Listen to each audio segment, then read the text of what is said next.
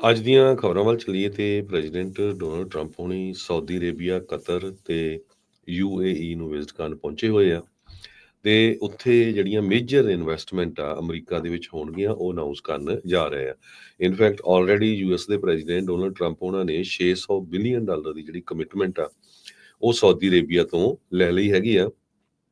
ਜਦੋਂ oil power cordon ਹਿਮੇ ਗਾਲਾ welcome, ਸੋ ਉਹਨਾਂ ਦੇ ਵੈਲਕਮ ਜਿਹੜਾ ਬੜਾ ਵਧੀਆ ਤਰੀਕੇ ਦੇ ਨਾਲ ਕੀਤਾ ਗਿਆ ਪ੍ਰੈਜ਼ੀਡੈਂਟ ਟਰੰਪ ਉਹਨਾਂ ਦਾ। ਉਸ ਤੋਂ ਬਾਅਦ 600 ਬਿਲੀਅਨ ਡਾਲਰ ਦਾ ਉਹਨੇ ਕੰਟਰੈਕਟ ਸਾਈਨ ਕੀਤਾ ਹੈਗਾ, ਸਕੇਅਰ ਕੀਤਾ ਹੈ ਉਹਨਾਂ ਨੇ ਕਮਿਟਮੈਂਟ ਵੀ ਹਾਂ ਅਸੀਂ ਅਮਰੀਕਾ ਦੇ ਵਿੱਚ ਇਸ ਨੂੰ ਇਨਵੈਸਟ ਕਰਨ ਜਾ ਰਹੇ ਹੈਗੇ ਆ। 에ਅਰਫੋਰਸ 1 ਤੋਂ ਜਦੋਂ ਪ੍ਰੈਜ਼ੀਡੈਂਟ ਟਰੰਪ ਹੋਣੀ ਬਾਹਰ ਨਿਕਲੇ ਤੇ ਅੱਗੇ ਪ੍ਰਿੰਸ ਮੁਹੰਮਦ ਬਿਨ ਸਲਮਾਨ ਉਹਨਾਂ ਨੂੰ ਲੈਣ ਆਏ ਹੋਏ ਸੀਗੇ। ਸੋ એનર્ਜੀ ਨੂੰ ਲੈ ਕੇ, ਡਿਫੈਂਸ ਨੂੰ ਲੈ ਕੇ, ਮਾਈਨਿੰਗ ਨੂੰ ਲੈ ਕੇ ਤੇ ਹੋਰ ਏਰੀਏ ਦੇ ਸੰਬੰਧ ਦੇ ਵਿੱਚ ਅਮਰੀਕਾ ਦੇ ਨੇ ਜਿਹੜੇ ਆ ਐਗਰੀਮੈਂਟ ਆ ਸਾਊਦੀ ਅਰੇਬੀਆ ਦੇ ਨਾਲ ਸਾਈਨ ਕੀਤੇ ਹੈਗੇ ਆ। ਤੇ ਆਰਮ ਪੈਕੇਜ ਵੀ ਅਮਰੀਕਾ ਵਾਲਿਆਂ ਨੇ ਸਾਊਦੀ ਅਰੇਬੀਆ ਦੇ ਨਾਲ ਸਾਈਨ ਕੀਤਾ ਆ 142 ਬਿਲੀਅਨ ਡਾਲਰ ਦਾ।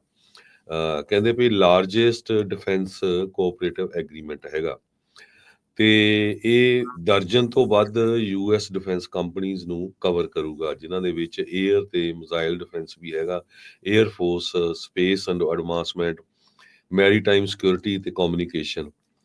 ਤੇ ਕਹਿੰਦੇ ਭਈ $600 ਜਿਹੜੀ ਬਿਲੀਅਨ ਦੀ ਇਨਵੈਸਟਮੈਂਟ ਹੋਣੀ ਆ ਤੇ ਜਿਹਦੇ ਵਿੱਚ $300 ਬਿਲੀਅਨ ਫੋਰਮ ਦੇ ਦੌਰਾਨ ਸਾਈਨ ਕੀਤਾ ਗਿਆ। ਸਾਊਦੀ ਦੇ ਜਿਹੜੇ ਕਰਾਊਨ ਪ੍ਰਿੰਸ ਆ ਉਹਨਾਂ ਨੇ ਆਪਣੇ ਸਪੀਚ ਦੇ ਵਿੱਚ ਜਦੋਂ ਪ੍ਰੈਜ਼ੀਡੈਂਟ ਟਰੰਪ ਹੁਣੀ ਉੱਥੇ ਵਿਜ਼ਿਟ ਕਰਨ ਗਏ ਆ ਉਹ ਦੱਸਿਆ ਹੈਗਾ। ਕਹਿੰਦੇ ਵੀ ਆਉਣ ਵਾਲੇ ਮਹੀਨਿਆਂ ਦੇ ਵਿੱਚ ਅਸੀਂ ਟੋਟਲੀ $1 ਟ੍ਰਿਲੀਅਨ ਦੇ ਕਰੀਬ ਜਿਹੜਾ ਆ ਅਮਰੀਕਾ ਦੇ ਵਿੱਚ ਇਨਵੈਸਟ ਕਰਨ ਜਾ ਰਹੇ ਹੈਗੇ ਆ। ਜੇ US ਦੇ ਆਰਮਸ ਦੀ ਗੱਲ ਕਰੀਏ, ਸਭ ਤੋਂ ਜ਼ਿਆਦਾ ਜਿਹੜੇ ਆ ਵੱਡਾ ਕਸਟਮਰ ਸਾਊਦੀ ਅਰੇਬੀਆ ਹੈ ਇਸ ਟਾਈਮ US ਆਰਮਸ ਦਾ। ਇਹ ਰੋਇਟਰਸ ਰਿਪੋਰਟ ਕਰ ਰਿਹਾ ਹੈਗਾ। $100 ਬਿਲੀਅਨ ਦਾ ਜਿਹੜਾ ਪੈਕੇਜ ਆ ਆਲਰੇਡੀ US ਨੇ ਉਹਨਾਂ ਨੂੰ ਦਿੱਤਾ ਹੋਇਆ ਹੈਗਾ। ਸੋ ਨਵਾਂ ਵੀ ਜਿਹੜਾ ਸਾਈਨ ਹੋਇਆ। US ਤੇ ਸਾਊਦੀ ਅਰੇਬੀਆ ਨੇ ਰਿਆਦ ਦਾ ਜਿਹੜਾ ਆਉਣ ਵਾਲੇ ਸਮੇਂ ਦੇ ਵਿੱਚ ਲੋਕਹੀਡ F-35 ਜੈਟਸ ਨੂੰ ਖਰੀਦਣ ਦਾ ਜਿਹੜਾ ਕੰਟਰੈਕਟ ਆ ਉਹ ਵੀ ਡਿਸਕਸ ਕੀਤਾ ਹੈਗਾ। ਤੇ ਟਰੰਪ ਉਹਨਾਂ ਦੇ ਨਾਲ US ਤੋਂ ਬਹੁਤ ਸਾਰੇ ਜਿਹੜੇ ਬਿਜ਼ਨਸ ਲੀਡਰਸ ਗਏ ਹੋਏ ਸੀ, ਜਿਨ੍ਹਾਂ ਦੇ ਵਿੱਚ ਇਲੋਨ ਮਸਕ ਵੀ ਆ ਤੇ ਹੋਰ ਵੱਖ-ਵੱਖ ਕੰਪਨੀਆਂ, ਗੂਗਲ, ਐਪਲ, ਹੋਰ ਕੰਪਨੀਆਂ ਦੇ ਜਿਹੜੇ ਲੀਡਰਸ ਆ ਉਹ ਵੀ ਉੱਥੇ ਪਹੁੰਚੇ ਹੋਏ।